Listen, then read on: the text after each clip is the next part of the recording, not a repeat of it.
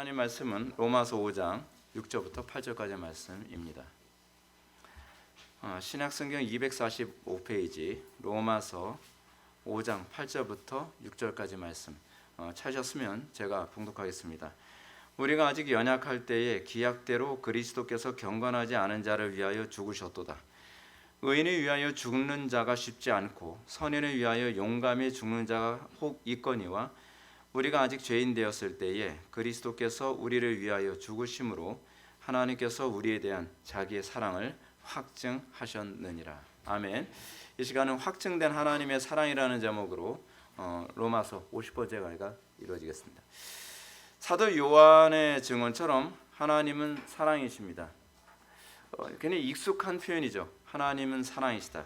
그리고 우리가 이 나의 사랑이 아니라 우리가 하나님의 사랑 안에 거하게 될 때 우리는 그 무엇보다 구원을 확신할 수 있는 근거를 확보하게 된다고 제가 여러분들한테 말씀드렸습니다.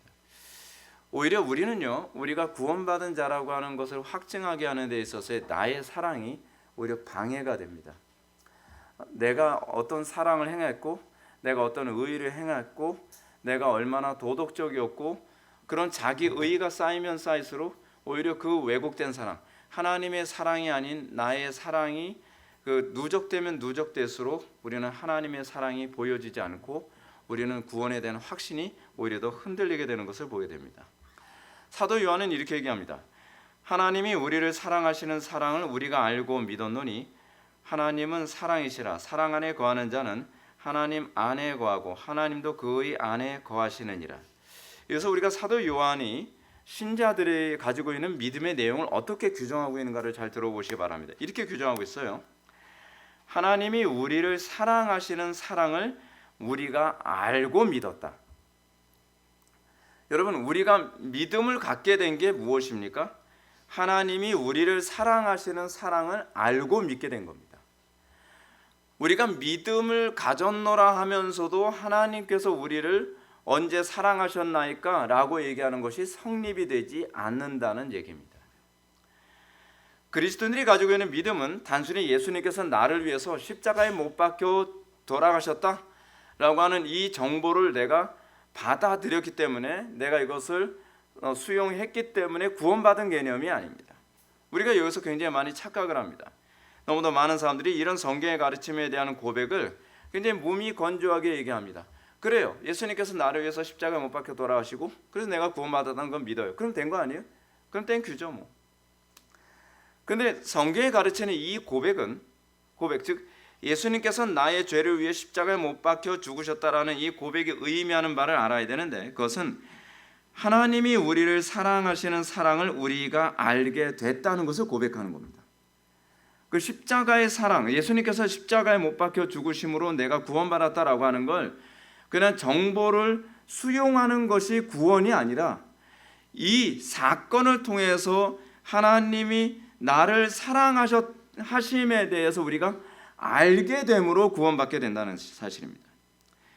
예수님의 대속의 죽음 사건에 대한 고백이 있음에도 불구하고 하나님이 우리를 사랑하시는 사랑을 우리가 알지 못한다고 한다면 그 고백은 참된 고백이 아닙니다. 우리가 믿음을 갖게 되었을 때 하나님의 사랑을 알게 됐다는 것을 의미하는 것이고 그 하나님을 알게 됐다, 이 하나님의 사랑을 알게 됐다라고 하는 것이 칭의이죠. 칭의됨이죠. 그리고 그 칭의됨이 자동적으로 무엇으로 나타납니까? 우리로 하여금 거룩으로, 성화로 나타나게 되는 것이죠.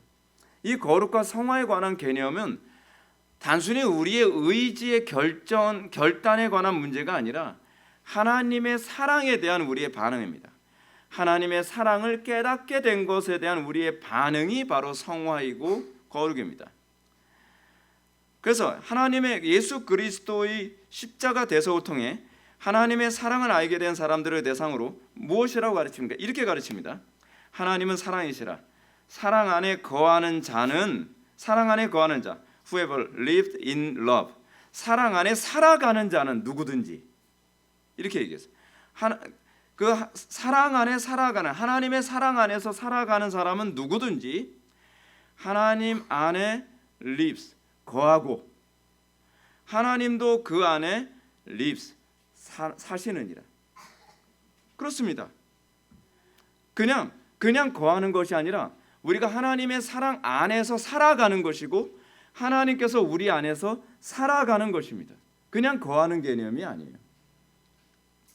하나님의 사랑이 어떤 것인지 깨닫고 그 사랑 안에서 살아가는 것이 무엇인지를 알지 못하는 사람은 아직 그리스도 안에 혹은 하나님 안에 거함이 무엇인지, 그리스도 안에서 살아감, 엔 크리스토스. 바울이 엔 크리스토스를 굉장히 많이 얘기하거든요. 내가 그리스도 안에서 살아감이거든요. 내가 그리스도 안에 살아가는 것을 우리가 깨닫고 있는가? 이것은 우리가 하나님의 사랑을 알기 전에는 내가 그리스도 안에 거함이 무엇인지를 아직 이해를 못하고 있는 겁니다. 그럼 사도 요한이 가르친 하나님의 사랑이 무엇입니까? 바울은 6절의 말씀을 통해서 이렇게 가르칩니다. 우리가 아직 연약한 때에 기약대로 그리스도께서 경건하지 않은 자를 위하여 죽으셨도다. 그렇습니다. 하나님의 사랑의 절정은 바로, 잘 들으십시오, 성부 하나님께서 독생자 예수 그리스도를 경건하지 않은 자를 위해 죽도록 하신 겁니다. 그러니까 십자가의 사건이 보여주시는 것은 그리스도의 사랑을 보여주시는 것보다는 성부 하나님의 사랑을 보여주고 계시는 겁니다. 그래서 우리가 주의해야 될 점이 있습니다. 예수님의 십자가 죽으심은 단순히 특정한 제사 형식에 의해 우리가 구원받게 되었다라고 하는 어떤 형식을 보여주는 것이 아닙니다. 우리가 십자가 사건을 주로 구약적 개념으로 어떻게 이해합니까? 구약의 속죄 제사의 개념으로 이해하죠. 구약의 그 제사의 개념으로 이해하고, 그러니까 내 죄가 예수 그리스도 통해서 대신 대속됐다는 그 원리를 보여주시는 거구나. 우리는 그 정도로 이해하고 끝납니다. 근데 그 개념이 아니에요. 그것이 좀 더 발전해야 된다는 겁니다. 서론에서 언급했던 것처럼 이 대속의 사건이 십자가 사건을 통해 하나님께서 우리에게 알려주고 싶은 것은 하나님의 사랑이시라는 겁니다. 하나님의 사랑. 우리가 하나님의 사랑의 정도와 깊이를 이 구약의 제사 제도가 우리에게 보여주고 있다는 것이죠. 그러므로 예수 그리스도의 십자가 대속 사건을 알고 또 그 사건을 나의 사건으로 인정하고 구원을 받았다라고 하는 것은 그냥 구원받았다는 것이 아니라 그 사랑이 얼마나 위대한 것인지, 그리고 그 사랑에 우리가 결코 배신할 수 없다는 것, 그리고 그 사랑 앞에서 우리는 아무것도 주장할 수 없다고 하는 그 사랑의 위대함을 우리가 깨닫게 되는 것입니다. 그것이 예수님께서 나를 위해서 십자가에 못 박혀 돌아가셨습니다라고 고백하는 고백의 내용입니다. 궁극적으로 십자가 대속의 사건을 통해 하나님께서 목표로 하신 것은 자기 백성이 하나님의 사랑 안에서 lives, 살고 하나님도 그의 사랑을 통해서 우리 안에 살아가게 하는 데 있다는 것입니다. 궁극적으로 우리는 사랑하며 살도록 하기 위해서 우리가 구원받은 것입니다. 그것이 하나님의 목적입니다. 하나님께서 우리를 선택하시고 우리를 구원하신 목적입니다. 그래서 교회는 뭐가 되어야 됩니까? 사랑의 공동체가 되어야 되죠. 근데 그 사랑이 나의 사랑이 아니라는 것이 중요한 겁니다. 내 방식대로, 내 생각대로, 내 감정대로 하는 사랑이 아니라 하나님의 사랑이어야 된다는 겁니다. 우리는 이 사랑이라는 명분하에 죄를 관용하자라고 하는 그런 사회적 흐름을 굉장히 많이 보고 있거든요. 우리는 이 사랑이라는 개념을 왜곡하여 이방 종교와도 우리는 하나가 되어야 된다라고 하는 종교다원주의 시대에 우리가 살고 있거든요. 동성애자도 우리는 용납해야 된다라고 사랑이라는 명분하에 이것을 허용해야 된다 그러고, 교회 안에서 불법과 부조리와 불경건도 우리가 용납해줘야 된다라는 식으로 얘기하고 있습니다. 그건 하나님의 사랑이 아니라 우리의 사랑입니다. 우리 방식대로 사랑하는 것입니다. 여러분, 우리 방식대로 사랑하는 것으로 인해서 우리는 얼마나 자녀들을 많이 파괴하고 있고, 우리 방식대로 사랑하는 것으로 인해 교회가 얼마나 파괴되어져 있고, 우리 방식대로 사랑하는 것을 통해 형제를 얼마나 파괴하는 경향이 많이 있습니까? 우리는 사랑이다 사랑이 아니라는 걸 알아야만 합니다. 우리는 매 순간순간마다 나에게서 나오는 사랑이 하나님의 사랑인지 아니면 내 방식대로 사랑하는 것인지, 또는 하나님의 사랑을 왜곡하고 있는지에 관해서 우리는 진지하게 고민해 봐야만 합니다. 그거 고민할 줄 아는 사람이 바로 십자가를 통해 하나님의 사랑을 알게 된 사람들이 나타나는 반응이죠. 근데 무관심하잖아요. 그냥 되는 대로 살아가잖아요. 내 방식대로 살아가면서 어떻게 해요? 내가 사랑을 했다는 것 자체만으로 만족하죠. 그렇지 않습니까? 우리는 내가 사랑했다는 것 그 자체만으로 만족하고 그걸 자기 의의로 삼습니다. 왜 자꾸 자기 의의가 나옵니까? 사랑을 했는데 왜 자기 의의가 나옵니까? 그것은 내 방식대로 내 사랑이기 때문에 그런 것이죠. 여기에는 사랑의 발전이 없습니다. 여기에는 다른 사람을 살리는 사랑은 없습니다. 그러므로 저는 십자가 설교의 정점은 하나님의 사랑을 강조하는 것이라고 말씀드리고 싶습니다. 십자가 설교에서 결코 빠져서는 안 되는 점은 바로 하나님의 사랑입니다. 물론 이 사랑은 성부와 성자와 성령 세 분 하나님의 사랑이기도 합니다. 그렇습니다. 사실 십자가의 사건이라고 했을 때 성부 하나님, 성자 하나님, 성령 하나님의 그 종합적인 사랑의 결정체이지만 궁극적으로 십자가의 그 사랑을 통해서 십자가의 사건을 통해서 강조하고 보여주고자 하는 것은 성부 하나님의 사랑입니다. 이 점을 잘 강조한 구절이 바로 요한복음 3장 16절입니다. 하나님이 성부 하나님을 얘기하는 거죠. 하나님이 세상을 이처럼 사랑하사 독생자 즉 성자를 주셨으니 이는 그를 믿는 자마다 멸망하지 않고 영생을 얻게 하려 하심이라. 그래서 이 요한복음 3장 16절 우리가 너무나 잘 아는 이 요한복음 3장 16절에서 강조하는 것은 독생자의 사랑이 아니라 성부 하나님의 사랑입니다. 성부 하나님이 얼마나 사랑하시는지 자기의 독생자를 이 죄인들에게 주시고 그리고 심판받아 마땅한 이들에게 멸시와 천대와 죽임을 당하시도록 그렇게 하나님께서 우리를 사랑하셨다라고 얘기하시는 것이죠. 여러분 우리는 결혼해 본 사람은 압니다. 자녀를 키우면서 자기 자녀가 우상이 되기가 쉬울 정도로 너무 사랑스럽습니다. 너무 소중합니다. 근데 성부 하나님께서는 자신의 아들을 그 유일하신 아들을 어떻게 해요? 우리를 구원하시기 위해 내놓으셨다는 겁니다. 자, 이게 와닿게 하기 위해서 하나님께서는 예표로 주신 사건이 바로 아브라함이 100세에 얻은 이삭을 하나님께 제물로 드리도록 한 사건입니다. 우리가 창세기를 볼 때 하나님께서 아브라함에게 100세나 돼서 아들을 주신 이유가 뭘 것 같습니까? 왜 애간장 태워가면서 100세나 됐을 때 그때 왜 이 아들을 주셨겠습니까? 그 이유가 있습니다. 그 이유가 뭐냐면 그 아들이 바로 독생자라는 개념을 갖게 하기 위해서입니다. 독생자라는 말은 유일한 아들이라는 개념이 아니라요. 그 개념을 포함하지만 더 핵심적인 의미는 뭐냐면 이 헬라어 하나님이 세상을 이처럼 사랑하사 독생자를 주셨으니라고 해서 이 독생자에 대한 헬라어의 더 정확한 번역은 뭐냐면 독존자입니다. 독특하게 존재하는 아들이에요. 아주 독특하게 그리고 아주 독특한 방식으로 주어졌고 그리고 너무나 사랑스러운 의미를 담고 있는 아들입니다. 아브라함에게 있어서의 아들은 다른 아들하고 다릅니다. 아브라함에게 있어서 이삭이라는 아들은 독존자입니다. 아주 독특한 방식으로 존재하게 된 아들입니다. 그냥 때가 돼서 결혼해가지고 그냥 금방 허니문 베이비식으로 애가 태어난 그 아들하고는 이 가치와 깊이와 의미가 완전히 달라요. 그러니까 하나님께서 아브라함에게 100세 때의 아들 이삭을 주신 이유는 뭐냐면 너의 아들이 하나님께서 성부께서 성자라고 하는 이 아들을 품게 된 것과 독특한 개념이라는 것을 알게 하기 위해서였습니다. 이 모습이 바로 성자의 존재 방식을 이해하게 만드는 방식이죠. 성자 하나님은 다른 어떤 존재와도 비교할 수 없는 독특한 방식으로 유일하게 존재하는 귀한 아들이었던 것입니다. 누구에게요? 성부 하나님께요. 성자는 성부로부터 영원히 태어난 유일한 존재입니다. 그렇기 때문에 성자는 성부에게 있어서 다른 어떤 것과도 비교할 수 없는 존재입니다. 근데 그 피조물을 위해서 당신의 이 독특한 아들을 희생하게 하신다. 그것이 하나님의 사랑이죠. 하나님의 사랑입니다.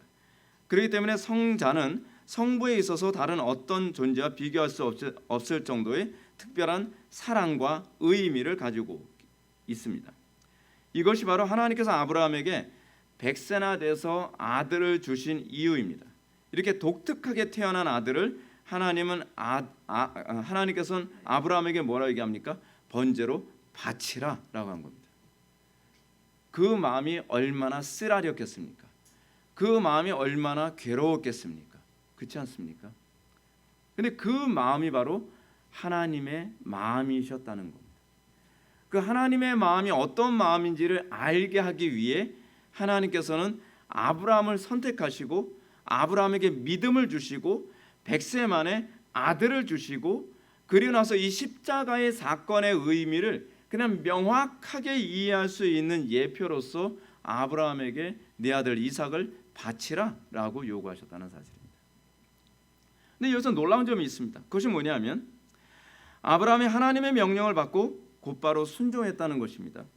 근데 이 순종을 통해 이 세상엔 하나님의 사랑이라고 하는 이 형용사가 아브라함을 통해서 명사화됐다는 사실입니다.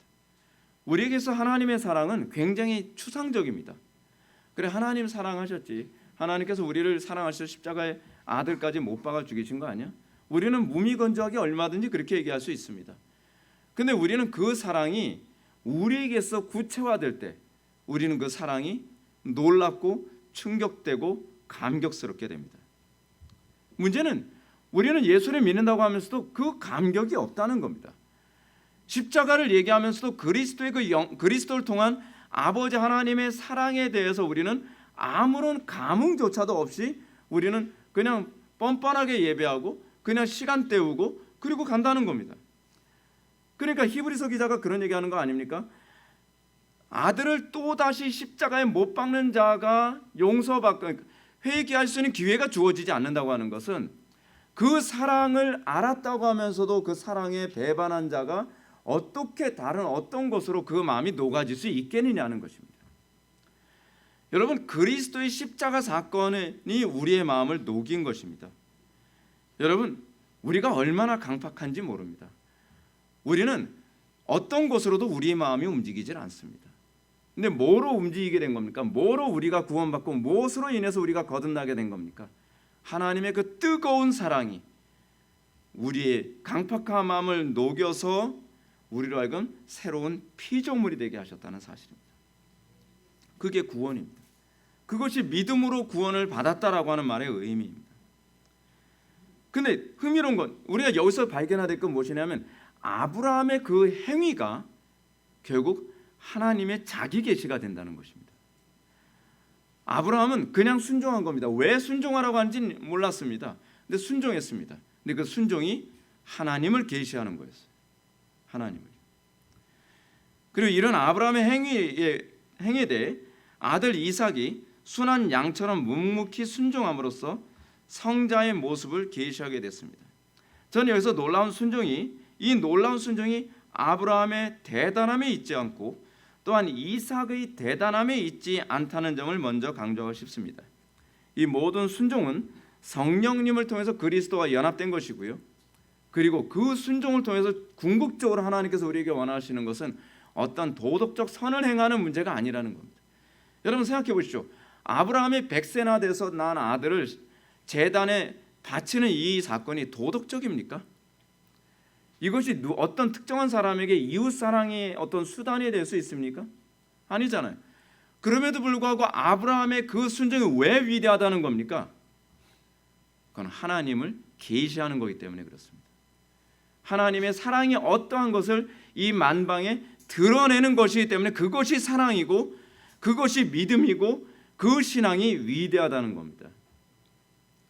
궁극적으로 우리가 믿음을 가졌다라고 했을 때에 우리의 믿음을 통해서 우리에게 드러나야 되는 것이 무엇입니까? 얼마나 도덕적이냐? 얼마나 착하냐? 얼마나 선행을 많이 했냐? 물론 중요하죠. 중요하지 않다는 건 아닙니다. 근데 궁극적으로 하나님께서 목표로 하는 바가 뭐냐면 하나님의 사랑을 드러내는 것입니다.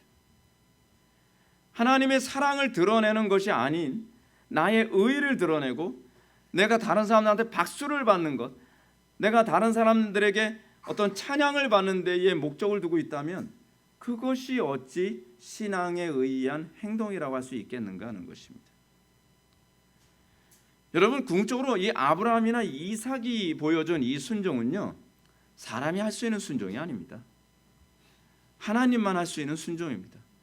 근데 그 하나님만 할 수 있는 이 순종을 아브라함을 통해서, 이삭을 통해서 행하심으로 말미암아 하나님의 사랑이, 그리고 하나님의 어떠하심이 아브라함과 이삭을 통해서 우리에게 계시되었다는 사실입니다. 그 삶 자체가 뭐예요? 선지자적인 삶이죠. 하나님을 계시하는 게 선지자적인 삶 아닙니까? 강단의 궁극적 존재 목적이 뭐라고요? 여러분들 위로해 주는 게 아니라 그랬잖아요. 강단의 존재 목적은 여러분들 어떻게 하든지 천당 보내려고 하는 것이 아니라 하나님을 계시하는 겁니다. 하나님을 계시하는 데 관심이 없다면 그 강단은 이미 썩은 것이고 그 강단은 의미가 없는 겁니다. 우리의 선행도 그렇습니다. 우리가 살아가는 삶의 모든 영역도 그렇습니다. 여러분들의 삶이 하나님께서 왜 여러분들을 구원해 주셨는가를 생각을 해야 되는데, 그것이 뭐냐면 하나님의 사랑을 우리의 삶을 통해서 드러내게 하는 데 있다는 겁니다. 근데 그 하나님의 사랑을 우리의 삶을 통해 드러내시는데 개개인적으로도 드러내시지만 공동체적으로도 드러내시기를 기뻐하신다는 사실입니다. 하나님의 어떠하심을 드러내는 것, 그걸 위해서 우리가 구원받은 겁니다. 저는 이번에 우리 공동체 안에 아픈 지체들을 통해서 하나님께서도 그런 놀라운 은혜를 부으셨다고 저는 생각을 합니다.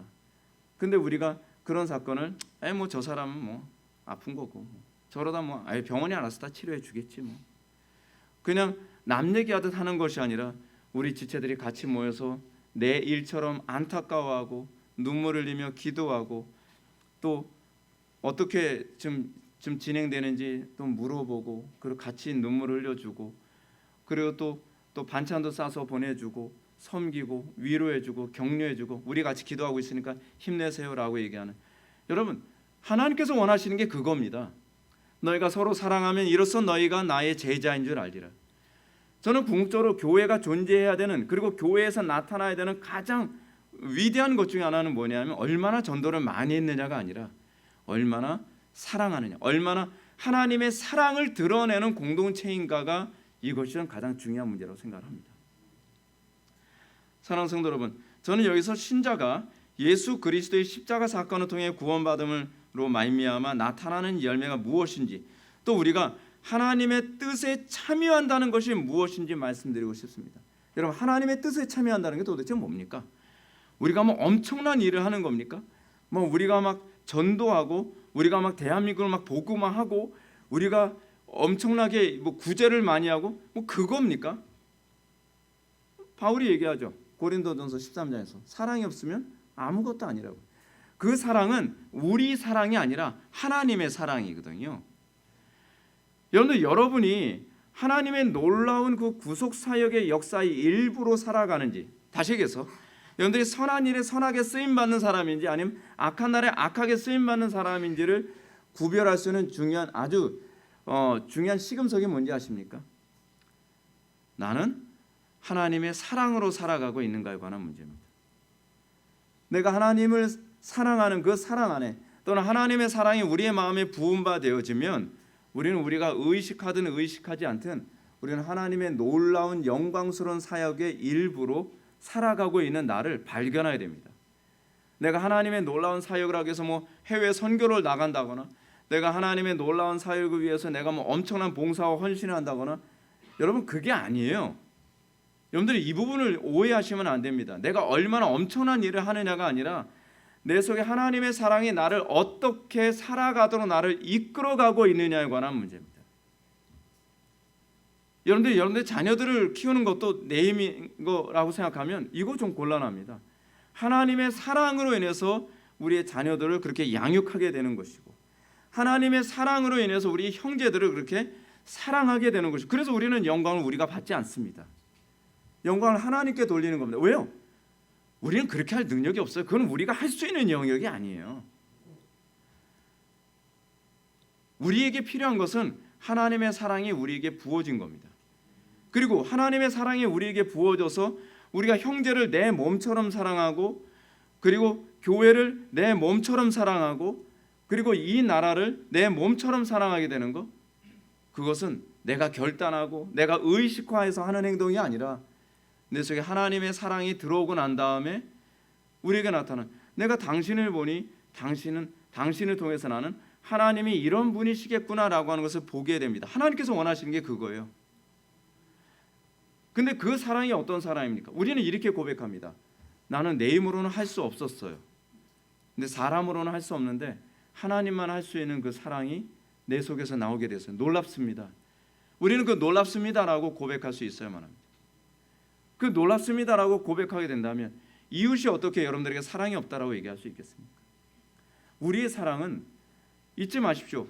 내가 결단해서 나오는 사랑이 아니라 내 속에서 자발적으로 솟구쳐서 사랑스러워서 견딜 수 없고, 그리고 그 사랑이 내 방식의 사랑이 아니라 하나님의 방식의 사랑, 그리고 그 사랑 때문에 우리에게 뭐가 나와요? 순종이 나오는 거죠. 그 사랑 때문에 우리에게 헌신이 나오는 거죠. 그렇지 않습니까? 그래서 우리는 하나님의 사랑이 우리를 강권하시는도다. 사랑으로 역사하는 힘, 바울이 이런 표현을 많이 사용하지 않습니까? 우리에게 그 사랑으로 역사하는 힘이 있습니까? 억지로 하라 그러면 하기 싫은 거 억지로, 알았어요. 그것도 사랑이 있는 척 해야 되니까. 그것이 어떻게 하나님의 사랑이라고 얘기할 수 있겠습니까? 사랑으로 역사하는 힘은 자발적입니다. 하나님의 사랑이 역사하는 힘은 그 힘 자체가 내 힘으로 사랑하는 그 능력을 넘어섭니다. 왜요? 그래야 하나님의 영광이 나타나니까. 하나님의 영광이 나타나는 사랑은 우리가 인위적으로 억지로 하는 사랑하고는 구별됩니다. 그래서 남들이 보아 알게 되는 사랑입니다. 그래서 그 사랑이 우리를 변화시킵니다. 그 사랑이 나를 변화시킬 뿐만 아니라 우리 주변을 변화시킵니다. 자, 그러면 오늘 우리가 살펴본 본문으로 다시 돌아와서 보겠습니다. 바울은 우리가 아직 연약한 때의 기약대로 그리스도께서 경건하지 않은 자를 위하여 죽으셨도다 라고 했습니다. 그래서 우리가 무엇보다 먼저 관심을 가지고 보아야 될 부분이 있습니다. 그것은 우리가 아직 연약한 때에 라고 하는 부분입니다. 근데 우리가 아직 연약한 때에 라는 부분과 또 짝을 이루는 부분이 우리가 아직 죄인 되었을 때에 라고 하는 8절 말씀입니다.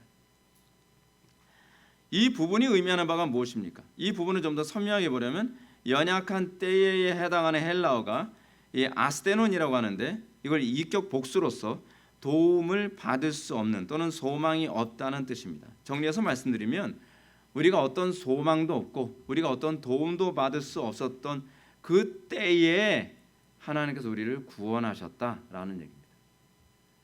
여러분, 우리는 이런 사건이 복음서에서 굉장히 많이 나옵니다. 제가 자주 언급하고 있는 12해 동안 혈액병 앓았던 여인에 관한 문제도 의원을 찾아다니면서 12년 동안 자기의 재물과 자기의 몸까지 다 망가져서 더 이상 아무것도 소망이 없었던 때에 그리스도를 붙잡음으로 구원을 받음. 사실 그것이 보여주는 부분이 그것입니다. 우리가 구원을 받을 때 어떻게 구원을 받게 됩니까? 이 정도 신앙이면 구원을 받지 뭐. 내가 결단했으니까 구원을 받게. 아니에요. 지금 여기서 바울이 얘기하는 우리가 구원받게 된 것이 뭐냐면 내 의가 없다는 것을 알게 되었을 때에 내가 전적으로 타락하고 내가 전적으로 무능하며 내 힘으로는 나를 구원할 수 없다는 것을 전적으로 깨달아 오로지 그리스도께만 소망을 두게 되었을 때에 우리가 구원을 받았다라고 하는 겁니다. 우리에게 구원받을 만한 어떤 자격이나 가치 또는 어떤 의의가 있어서 구원받은 것이 아니라는 것을 얘기하는 겁니다.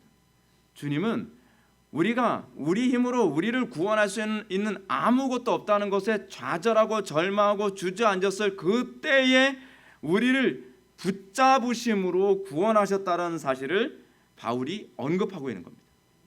그래서 복음은 묘합니다. 복음은 절망스러운 그때가 바로 구원의 때입니다.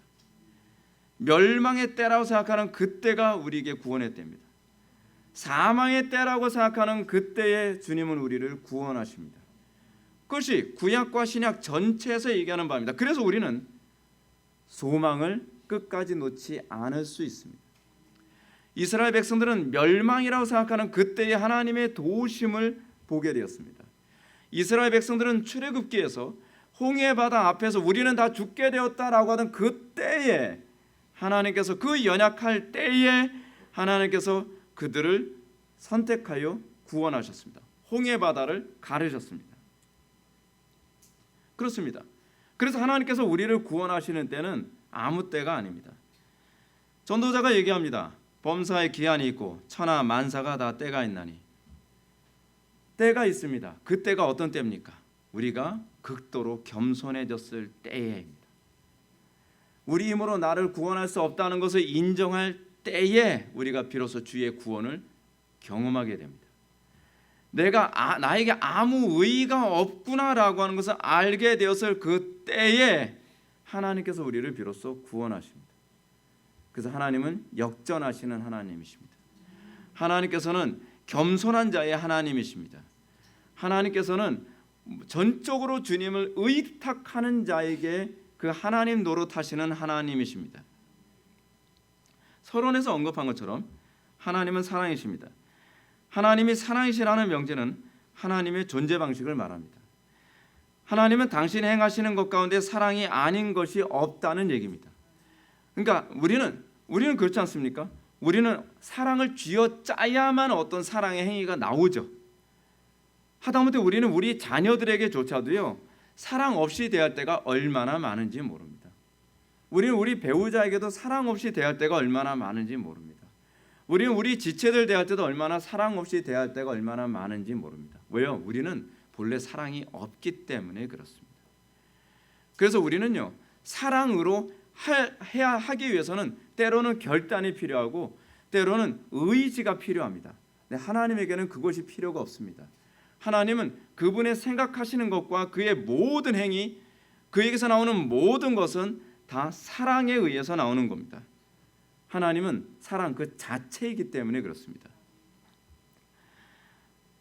그래서 하나님은 징계하시고 전쟁을 허용하시고 욥에게 고난을 주시고 신자들에게 고난을 허락하시는 것조차도 우리가 납득하든 납득하지 않든 간에 그것은 하나님의 사랑의 행위입니다. 그래서 그 사랑을 깨닫게 되면 우리는 범사에 감사하라고 하는 바울의 말이 무슨 말인지 비로소 이해가 됩니다. 우리가 생각하는 것처럼 친절하거나 우리 필요를 채워주거나 우리를 치료해 주실 때만 사랑이 아닙니다. 그러므로 우리는 하나님께 대해 범사에 감사해야 되고, 그리고 이 감사는 하나님의 사랑, 하나님이 사랑으로 존재하신다는 것에 대한 믿음의 고백입니다. 하나님의 사랑이 얼마나 놀라우신지 하나님이 그 해를 악인과 선인에게 비추시며 비를 의로운 자와 불의한 자에게 내려 주십니다. 근데 문제가 뭡니까? 제가 인간이라고 하는 이 존재에 대해서 묵상을 해보면 사랑과 자비와 선의로 행한 것은 우리는 기억을 못합니다. 그렇지 않습니까? 왜요? 그건 여러분들의 신경을 건드리지 않기 때문에 그런 거죠. 여러분들은 하나님께서 여러분들이 의식하지 못하는 가운데 얼마나 많은 자비와 사랑을 쏟아붓고 계신지 압니까? 그렇잖아요. 근데 하나님께서 99가지를 우리의 모든 필요와 우리의 모든 안전을 다 보호해 주신 것에 대해서 우리는 얼마나 감사합니까? 당연히 그런 줄 아는 거예요. 당연히. 근데 그 하나님께서 우리에게 사랑으로 때로는 우리에게 자그마한 고난을 주셨을 때 우리는 하나님 사랑 맞아요? 해도 해도 너무하시네. 우리는 이렇게 반응할 때가 얼마나 많습니까? 그럴 때 우리는 얼마나 서운합니까? 저도 그럴 때 되게 서운하거든요. 제가 선의를 많이 베풀었다고 생각을 하는데 선의 베푼 건 하나도 기억 안 하고 조금 불편하면 곧바로 저에 대해서 불만을 하게. 근데 여러분 이런 말이 있어요. 그게 인간입니다. 인간의 존재는 어떻습니까? 은혜는 물에 새기고 원수는 돌에 새긴다 그러지 않습니까? 그게 인간입니다.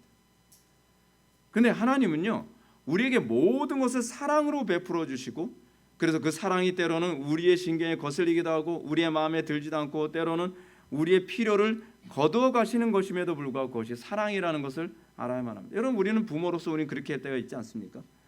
부모이기 때문에 때로는 자녀들의 필요를 채워주는 것이 아니라 때로는 자녀의 필요를 걷어가기도 합니다. 왜요? 그것이 사랑의 또 다른 표현의 방식이기 때문에 하나님께서 동일하게 우리에게 그렇게 하십니다. 자녀들이 달라는 거, 원하는 거 다 준다고 해서 그것이 사랑이 아니죠.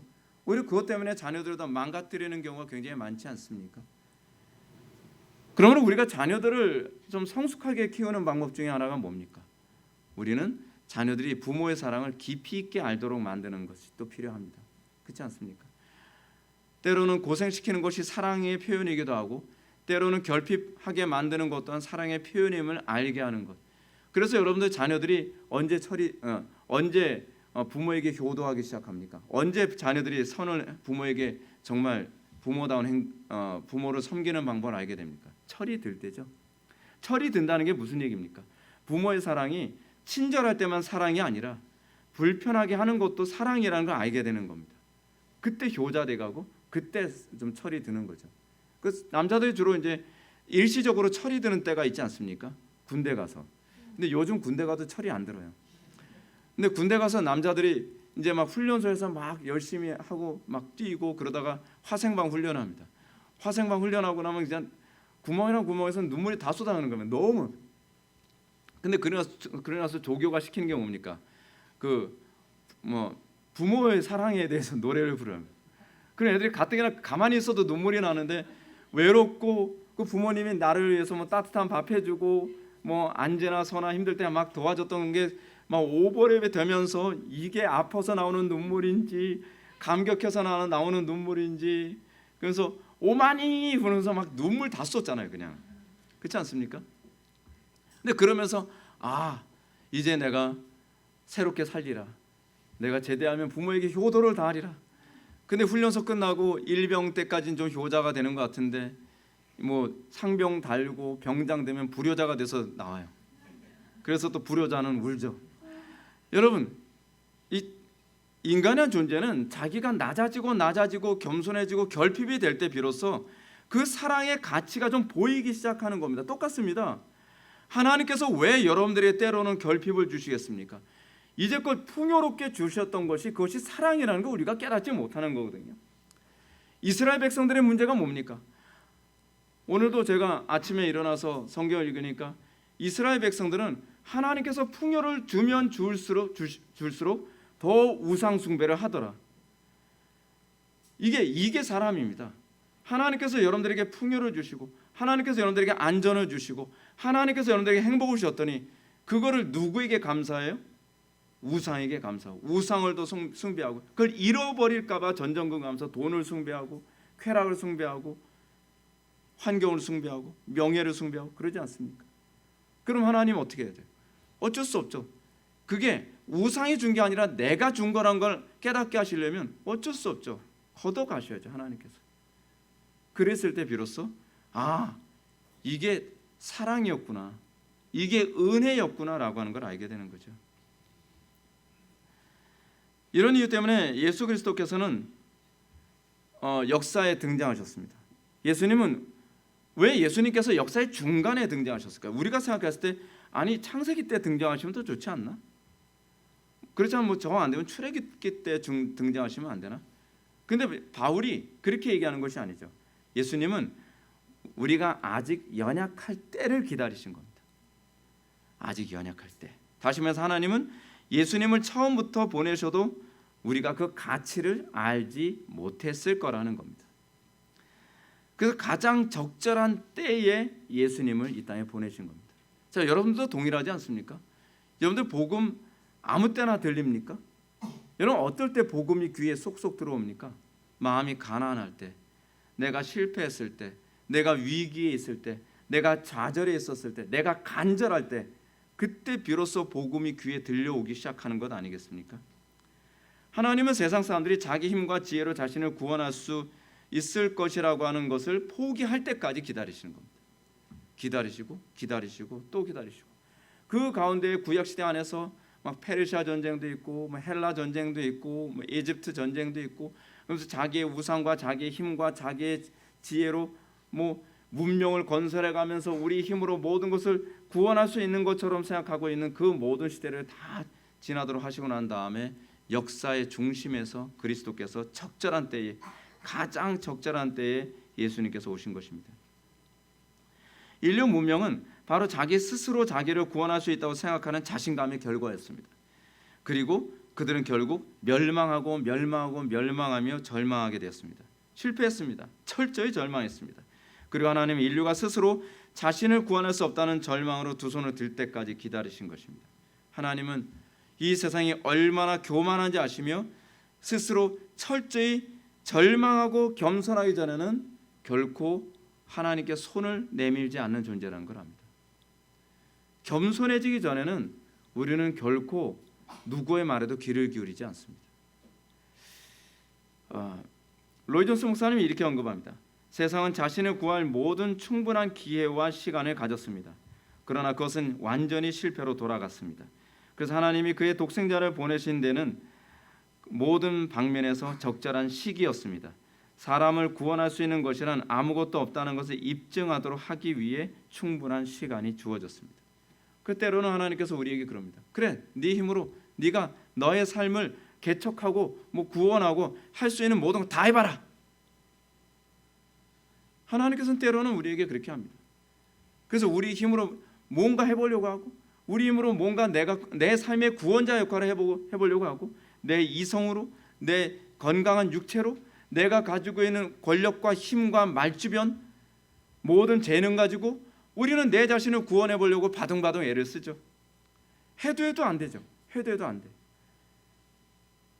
우리가 점점 그 과정을 통해서 복음의 귀를 기울일 수 있는 준비가 되어져 간다는 건 알고 계십니까? 사람은요, 쉽게 복음의 귀를 기울이지 않습니다. 그러므로 기약대로라는 말씀은 합당한 때라고 이해하는 것이 적절합니다.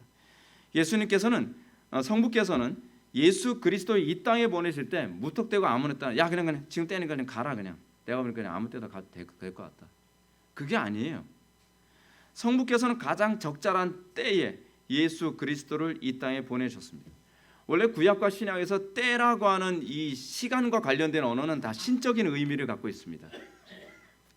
주님은 우리가 아직 연약할 때에, 다시 해서 합당한 때에 구원을 보내신 것입니다. 사랑하는 성도 여러분, 이것이 하나님께서 우리에게 구원자를 주시는 방식이라는 점을 기억하시기 바랍니다. 범사에 기한이 있고 천하 만사가 다 때가 있나니라고 말씀하신 것처럼 하나님의 구원을 받는 것은 그냥 주어지지 않습니다. 하나님은 우리가 연약할 때까지 기다리십니다. 하나님께서 우리가 겸손해질 때까지 기다리십니다. 하나님께서 우리가 들을 수 있는 마음이 생길 때까지 기다리십니다. 하나님이 전능자이시기 때문에 하나님께서 여러분들에게 그냥 일방적으로 구원할 수 있다고 생각하지 않나요? 근데 하나님은 그 방법을 사용하지 않습니다. 하나님께서는 인간을 창조하셨고 굉장히 상식적으로 하나님은 인간을 구원해 가십니다. 그래서 하나님께서는 기약대로 그 합당한 때에 구원자를 영접하게 하시는 겁니다. 그렇지 않나요? 여러분들은 천하의 범사가 기한이 있다는 걸 믿습니까? 늦었다고 생각하는 그때가 하나님께서는 가장 적절한 때라고 하나님께서 움직이고 계시는 거 여러분 알고 계십니까? 때는 우리가 정하는 것이 아닙니다. 때는 하나님이 정하시는 겁니다. 우리의 때와 하나님의 때가 다릅니다. 우리의 생각과 하나님의 생각이 다릅니다. 그럼 왜 하나님은 이렇게 하시는 것이겠습니까? 하나님은 그냥 기계적인 방식으로 우리를 구원하시지 않으시는 것이겠습니까?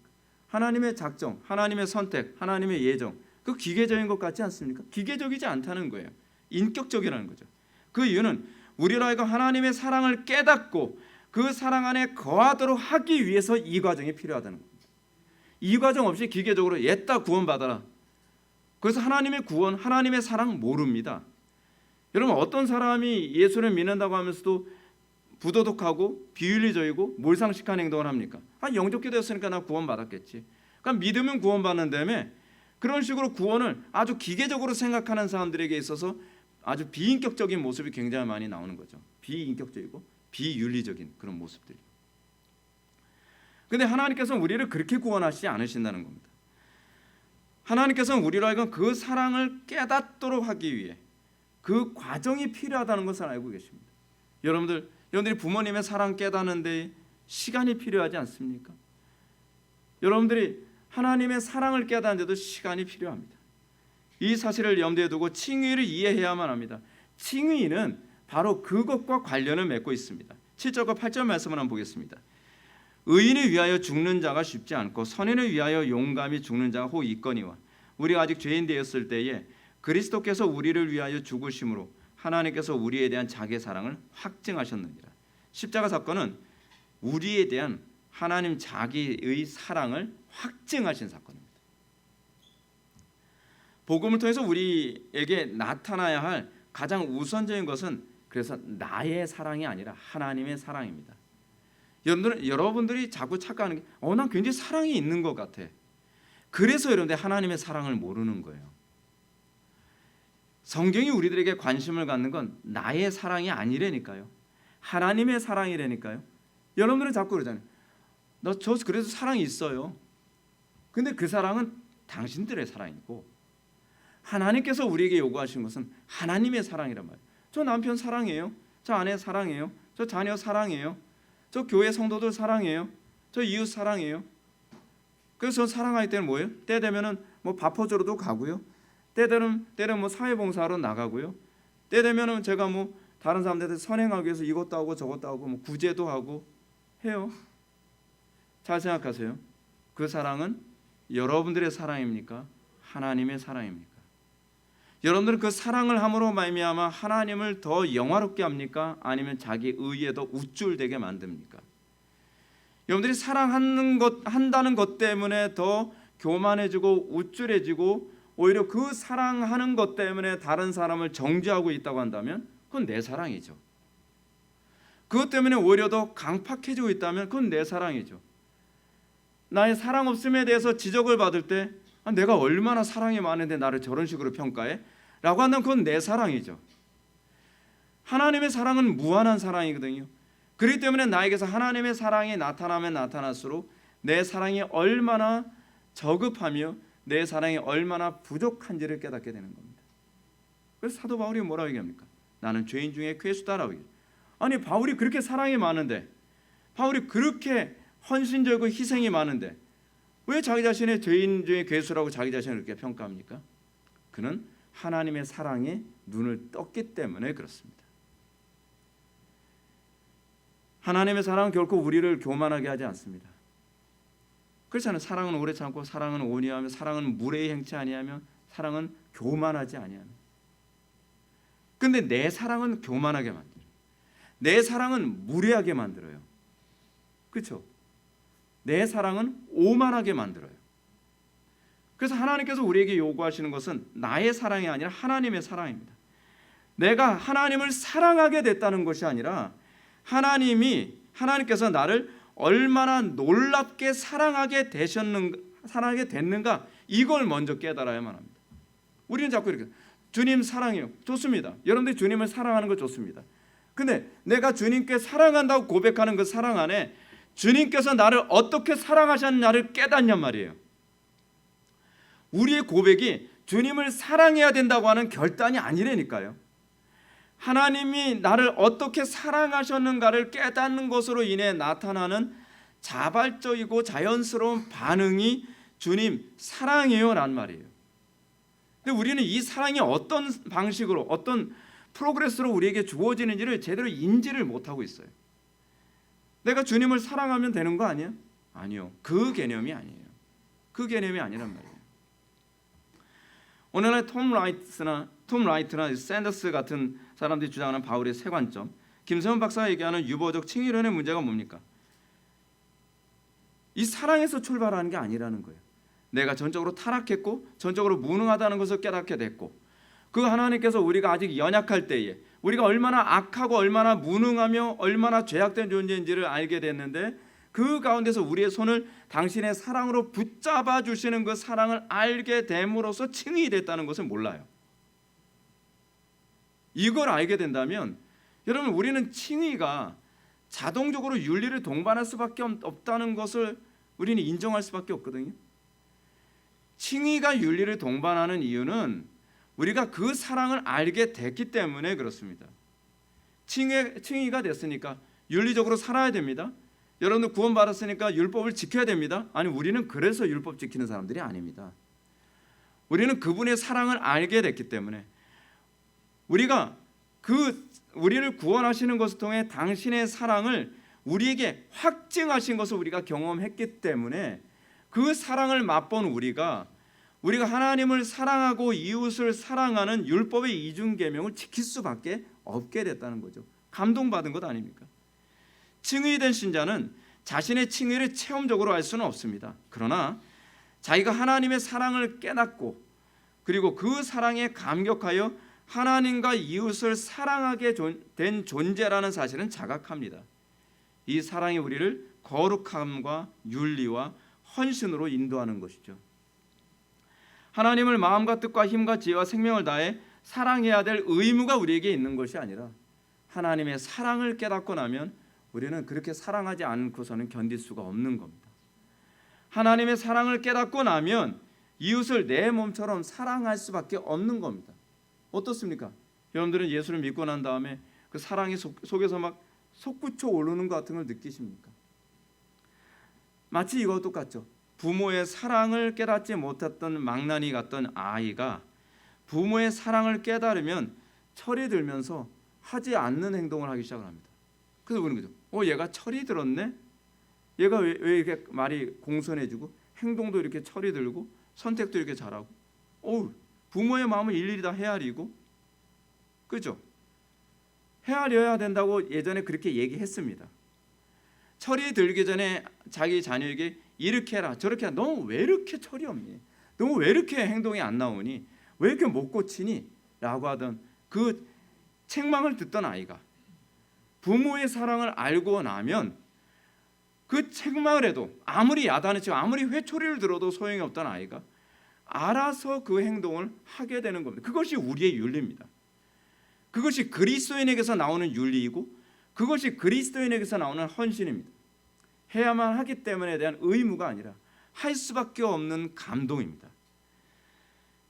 우리가 예수를 믿고 나면 우리에게 동일한 게 그거 아닙니까? 철이 든 아이가 부모를 공경하고 철이 든 아이가 형제를 사랑하게 되는 것처럼 우리가 예수를 믿고 나면 비로소 철이 들어서 하나님을 마음을 다하고 뜻을 다하고 목숨을 다하고 힘을 다하고 지혜를 다해서 사랑하고 그리고 나서 같은 한 형제를 내 몸처럼 사랑하게 되는 것 아니겠습니까? 근데 이게 문제가 뭐냐면 탐 라이트나 샌더슨이나 이 김세현 박사 같은 사람들은 이렇게 얘기합니다. 바울의 가르치는 일 이렇게 해야 된다는 거예요. 우리는 율법을 통해서 나의 구원을 유지시켜가는 거라는 거예요. 아니에요. 우리는 유지하게 내 구원을 유지하기 위해서 율법을 지키는 사람이 아닙니다. 왜 이런 얘기를 할까요? 하나님의 사랑이 우리의 심령 속에서 확증되어진 것이 무엇인지를 이해를 못하고 있는 겁니다. 그거를 이해한다면 이것을 얘기할 수가 없고 그리고 그것을 이해한 사람이 이런 가르침에 동의할 수가 없어요. 하나님께서 우리를 사랑하사 우리가 아직 죄인 되었을 때에 우리를 사랑하신 그 놀라운 사랑을 알게 되어진다면 율법을 지키라고 안 해도 지키죠. 형제를 사랑하지 말라고 해도 사랑하죠. 왜요? 하나님의 사랑이 우리의 마음에 부음받았으니까. 그럼 우리가 성령으로 깨닫게 된 하나님의 사랑은 어떤 것입니까? 의인을 위하여 죽는 자가 쉽지 않고 선인을 위하여 용감히 죽는 자가 혹 있거니와 우리가 아직 죄인 되었을 때에 그리스도께서 우리를 위하여 죽으심으로 하나님께서 우리에 대한 자기의 사랑을 확증하셨느니라. 그리스도의 사랑은 하나님께서 우리에 대한 하나님 자신의 사랑을 확증하신 겁니다. 그리스도 사랑의 핵심은 아버지의 사랑을 드러내시는 것입니다. 그리스도의 사랑도 있죠. 근데 본질은 뭐냐면 그리스도께서는 아버지의 사랑을 드러내시기 위해 십자가에 못 박혀 죽으셨다는 겁니다. 우리가 왜 헌신을 하죠? 여러분들이 신앙이 좋은 사람처럼 보이기 위해서. 우리가 왜 윤리적으로 살죠? 다른 사람들에게 여러분들이 윤리적인 존재로 칭찬받고 싶어서요? 아니요. 우리가 예수를 믿고 나서 우리가 윤리적이고 도덕적이고 헌신적이고 충성되게 살아가는 이유는 뭐냐면 하나님의 사랑을 드러내기 위해서입니다. 그게 바로 그리스도와 연합됐다는 말에 대한 핵심입니다. 그리스도의 삶 전체는 아버지의 사랑을 드러내는 것이에요. 그래서 우리가 그리스도와 연합되어졌다고 한다면 얼마나 윤리적이냐 도덕적이냐에 관한 문제가 아니라 우리의 삶이 어떻게 아버지의 사랑을 드러내는 삶이 되었는가에 관한 문제예요. 아버지의 사랑을 드러내면 자동적으로 윤리적이죠. 왜요? 하나님은 윤리시니까. 하나님은 윤리적이지 않습니다. 그러나 하나님은 윤리 그 자체이십니다. 그렇기 때문에 우리가 하나님을 사랑하면 하나님의 사랑을 드러내는 삶을 살아간다면 우리에게 윤리가 안 나타날 수가 없는 거죠. 그게 바로 그리스도와 연합한 자에게서 하나님께서 기대하는 모습입니다. 예수를 믿었다고 하는데 구원은 받았다고 하는데 아무리 지적을 해도 윤리는 안 바뀌고 아무리 지적을 해도 자기 윤리에 대한 정당함만 자꾸 얘기하고. 왜요? 왜 그렇죠? 우리에게서 나와야 되는 윤리가 하나님의 사랑을 드러내기 위한 윤리라는 인식이 없기 때문에 그렇습니다. 성부께서 예수님을 통해 목표로 하신 바가 뭡니까? 내가 아들을 희생시킬 정도로 우리를 사랑했다. 그냥 사랑한 것이 아니다. 독존자 이 아들을 십자가에 못 박아 죽이기까지 사랑하셨다. 그리고 주님께서 우리에게 원하시는 게 뭐예요? 너희들도 그 사랑 안에 거하라는 것입니다. 주님께서 궁극적으로 원하는 건 예수 믿고 천당이 아니라니까요. 우리도 아버지의 사랑 안에 거하게 되는 겁니다. 성부께서 사랑하신 그 사건을 십자가를 통해서 계시함으로 말미암아 우리가 예수 그리스도의 십자가 사건을 믿음으로 우리도 우리의 삶 속에서 하나님의 영광을 드러내는 것, 그것이 바로 하나님의 사랑을 드러내는 것이죠. 하나님의 사랑, 하나님의 영광을 드러내는 삶을 살아라라고 하나님께서 우리를 구원하신 겁니다.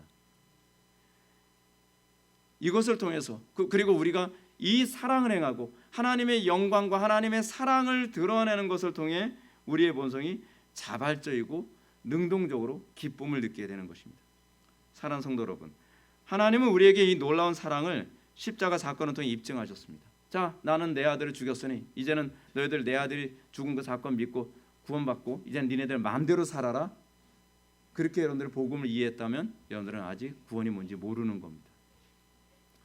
주님께서 성부께서 자기 아들 독생자 예수 그리스도를 십자가에 못 박아 죽이시기까지 우리를 사랑하신 것은 하나님의 사랑과 인간적 사랑의 차이가 무엇인지를 극명하게 보여주시기 위해서입니다. 우리가 그 사랑 안에 거하길 원하시는 것입니다. 그리고 이 세상이 그 사랑을 통해서 회복되어지길 원하시는 것입니다. 그러므로 사도 요한은 우리에게 다음과 같이 권면하죠. 자녀들아, 우리가 말과 혀로만 사랑하지 말고 행함과 진실함으로 하자. 그렇습니다. 이 사랑이 나타날 때 우리는 비로소 우리가 하나님의 선한 역사 속에서 선한 일을 위해 지음받은 자라는 사실을 확신할 수 있게 될 것입니다. 기도하시겠습니다. 사랑이 많으신 하나님, 아니 사랑이신 하나님, 주님께서 우리를 위해서 십자가에 못 박혀 돌아가시고 우리를 구원하심을 진정으로 감사드립니다. 그러나 우리가 그 감사가 우리가 하나님의 사랑을 드러내는 것으로 드러나기를 원합니다.